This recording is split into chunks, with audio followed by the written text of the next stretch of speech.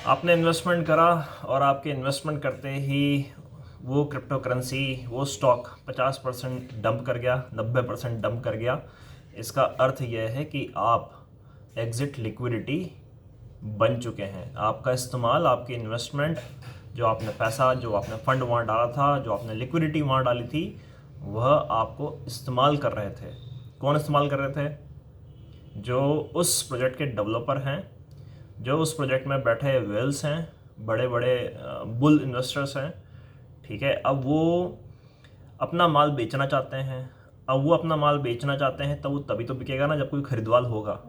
ठीक है, और यह समस्या अक्सर छोटे जो शिट कॉइन्स जो होते हैं, ऑल्ट कॉइन्स जो होते हैं, जहाँ पर बहुत ज़्यादा खरीदवार नहीं होते हैं, बायर्स नहीं होते हैं, तो ये समस्या वहाँ आती है। अब इस समस्या का समाधान वेल्स के लिए, आपके लिए नहीं, वेल्स के लिए या बुल जो बायर्स जो हैं, ठीक है, उनके लिए ये एक समाधान इस प्रकार बनता है कि वो जो आपके क्रिप्टो के जो इन्फ्लुएंसर्स हैं, जो आपके ट्विटर पे, यूट्यूब पे, जो आपके जो प्यारे चहेते जो यूट्यूबर्स जो है ना, उन्हें फंड पहुंचता है और उनसे ये कहा जाता है कि आप हमारे प्रोजेक्ट का फोमो क्रिएट करो कि देखो हम ये फलाना चीज़ लॉन्च कर रहे हैं या फलाना जगह के साथ पार्टनरशिप कर रहे हैं, ये हमारा एक्सचेंज आने वाला है या एक्सचेंज पे लिस्टिंग आने वाली है। ठीक है, तो इस प्रकार की लुभावनी बातें करके वहाँ पर फोमो क्रिएट कराया जाता है इन्फ्लुएंसर्स के माध्यम से। तो आप फोमो में आकर के वहाँ पर आप बाइंग करना शुरू करते हो।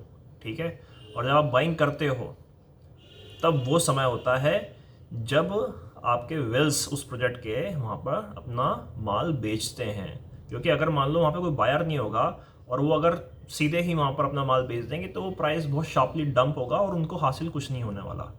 ठीक है, तो अगर उनको प्रॉफिट बुक करना है, वहाँ पर एक अच्छा अपना जो पूंजी उन्होंने लगाई है, निवेश करी है, उस पर एक अच्छा वो रिटर्न चाहते हैं, तो कोई बाय करेगा तभी वहाँ पर एक अच्छा रिटर्न जनरेट होगा।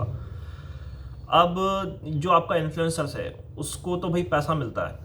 आपका प्रोजेक्ट जो आप देखते हो, जिसको प्रमोट कर रहा है, जिसके बारे में तारीफ़ें कर रहा है, उसको वहाँ पैसा मिलता है। उसको बहुत ज़्यादा इंटरेस्ट नहीं होता इस बारे में कि भाई वो प्रोजेक्ट का आने वाले टाइम में क्या होने वाला है या उसके जो फॉलोअर्स हैं उसकी इन्वेस्टमेंट डूबेगी, उससे उसको कोई मतलब कुछ खास होता नहीं है।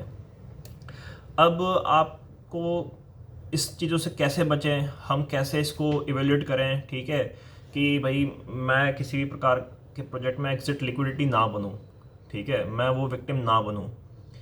तो आप सबसे पहले कुछ बेसिक कॉन्सेप्ट्स हैं जैसे एग्जिट लिक्विडिटी या लिक्विडिटी क्राइसिस या लिक्विडिटी खुद। ठीक है, इन चीज़ों को समझने की कोशिश करो कि लिक्विडिटी क्या होता है। लिक्विडिटी वो होता है कि भाई जिस स्टॉक में बायर्स और सेलर्स दोनों ही, ठीक है, बायर्स और सेलर्स अच्छे इक्वल बराबर मात्रा में कहो या एक अच्छे प्रोपोर्शन में वहाँ पर अवेलेबल हों। जैसे आपका बिटकॉइन, बिटकॉइन के केस में लिक्विडिटी की क्राइसिस कभी ऐसा जनरेट हो ये बहुत कम है। हाँ, किसी एक पर्टिकुलर एक्सचेंज पे लिक्विडिटी क्राइसिस हो सकता है, लेकिन अच्छे एक्सचेंज होंगे या डिसेंट्रलाइज अगर आप एक्सचेंज पे बात करेंगे तो आपको बिटकॉइन के केस में लिक्विडिटी क्राइसिस कभी महसूस नहीं होगा।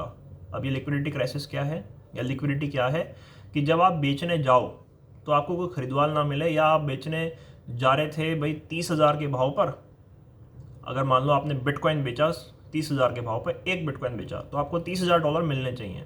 पर लिक्विडिटी क्राइसिस हम किसको कहेंगे कि 30,000 का भाव चल रहा है, आपने एक बिटकॉइन बेचा मगर आपके खाते में आए मात्र $20,000।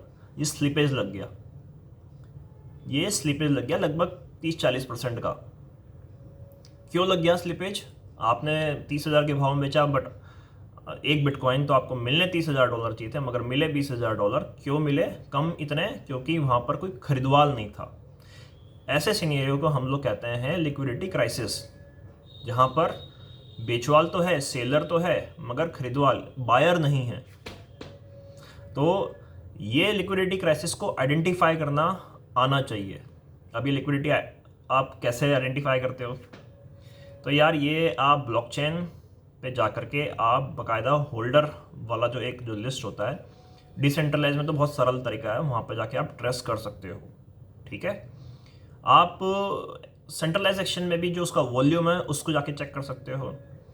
और किन चीज़ों से आपको बचना है? आपको उन चीज़ों से बचना है जहाँ वॉल्यूम की कमी हो, जहाँ जहाँ ट्रेड बहुत ज़्यादा ना हो रहा हो, टर्नओवर बहुत ज़्यादा ना हो रहा हो, मगर आपके क्रिप्टो इन्फ्लुएंसर्स जो हैं आपको बाकायदा भाई आपको फोमो क्रिएट कर रहे हैं। अब वो टर्नओवर का रेशियो कुछ इस प्रकार हो सकता है कि जो टोटल मार्केट कैपिटलाइजेशन जो है, let's suppose total market capitalization जो है उसकी 10-15 मिलियन डॉलर्स की है, ठीक है, और अगर वहाँ पर जो ट्रेड जो हो रहा है वो कुछ 10-20 हज़ार डॉलर का हो रहा है, 25-50 हज़ार डॉलर का हो रहा है, तो भैया ये लिक्विडिटी क्राइसिस कहलाता है। यहाँ पर टर्नओवर नहीं हो रहा, ठीक है।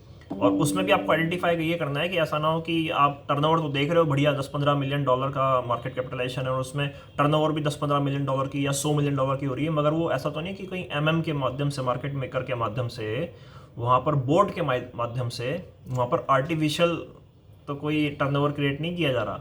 ये भी आपको आइडेंटिफाई करना आवश्यक है। प्लस आप क्या आइडेंटिफाई करेंगे कि जिस प्रोजेक्ट को प्रमोट किया जा रहा है इन्फ्लुएंसर द्वारा, वो प्रोजेक्ट के आप होल्डर लिस्ट को चेक करिए ब्लॉकचेन पर जाकर के, एक्सप्लोरर पर जाकर के, और वहाँ पर जो होल्डर्स इन्वेस्टर्स जो हैं उनके होल्डिंग रेशियो में बहुत ज़्यादा अंतर नहीं होना चाहिए। ऐसा नहीं होना चाहिए कि एक तरफ तो जो स्मॉल इन्वेस्टर्स हैं उनके पास में 0.005% होल्डिंग है, 0.001% होल्डिंग है, ठीक है, और छोटे तो इन्वेस्टर्स इस प्रकार होते हैं कि 0.00001% की होल्डिंग होती है, ठीक है। लेकिन दूसरी तरफ वहाँ पर कुछ वेल्स हैं जिनके पास में सीधा सीधा परसेंटेज में 1%, 2%, 3%, 5% होल्डिंग है। तो ये बिल्कुल रेड फ्लैग है, ये बिल्कुल आपके लिए चेतावनी है कि यदि आपने वहाँ इन्वेस्टमेंट करी, लंबे समय से वहाँ पर कोई वॉल्यूम भी नहीं था, और आपका जो शीलर है, आपका जो प्रमोटर है, आपका जो इन्फ्लुएंसर है वो उसको प्रमोट कर रहा है, तो आप बिल्कुल सावधान हो जाइए कि अब वो जो बड़े बड़े जो वेल्स वहाँ बैठे हुए हैं 5-10% होल्डिंग लेकर के, 1-2% होल्डिंग लेकर के, वो उसको डंप कर देंगे। आप बाय करोगे और वो उसको वहाँ पर माल को डंप करने के लिए तैयार ही बैठे हैं।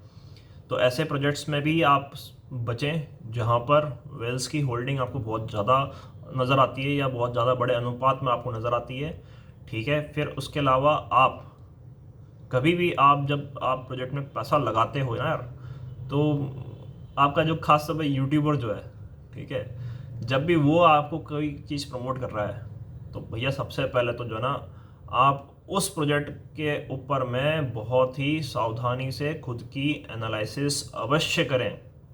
एकदम फोमो में आकर के अपना सारी पूंजी ना लगा दें, या आप लेट सपोज आप 5% भी अगर उसमें अपने पोर्टफोलियो का इन्वेस्टमेंट करना चाहते हैं, तो एक बार को अपना हाथ पीछे खींच करके ना आप 5% की जगह पोर्टफोलियो का सिर्फ आधा % ही डालो। अगर आपको फोमो ही में आप आ रहे हो कि आपको लगता है कि भाग ही जाएगा प्राइस, ठीक है, तो भी आप सिर्फ उसमें आधा % डालो, और उसके बाद में पहले अपना चेक करो कि भैया प्रोजेक्ट है क्या चीज़, उसके आगे पीछे क्या है। मेरी जो एजुकेशन वाली जो सीरीज़ जो है उसमें जाकर के आप 5-6 अभी तक जितने वीडियोस डाले हैं, कम से कम उतना एनालिसिस तो करो कि उसका शेयर मार्केट कैपिटल क्या है, उसके टोकनोमिक्स क्या है, ठीक है ना।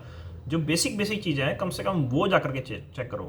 कंपनी का विजन क्या है, वो क्या डेवलप कर रहे हैं और कितना डेवलप कर चुके हैं, इन सब बातों को आप ध्यान से पहले समझो, फिर इन्वेस्टमेंट करो। एग्जिट लिक्विडिटी ना बनो, और वो भी खास तौर पे वर्तमान के सिनेरियो में जब मार्केट बहुत ज़्यादा अनसर्टन, यहाँ से कुछ नहीं पता कि मार्केट अभी डंप हो जाएगी या मार्केट अभी यहाँ से चढ़ जाएगी, और बुल रन का कोई सिनेरियो बन नहीं रहा है, ठीक है।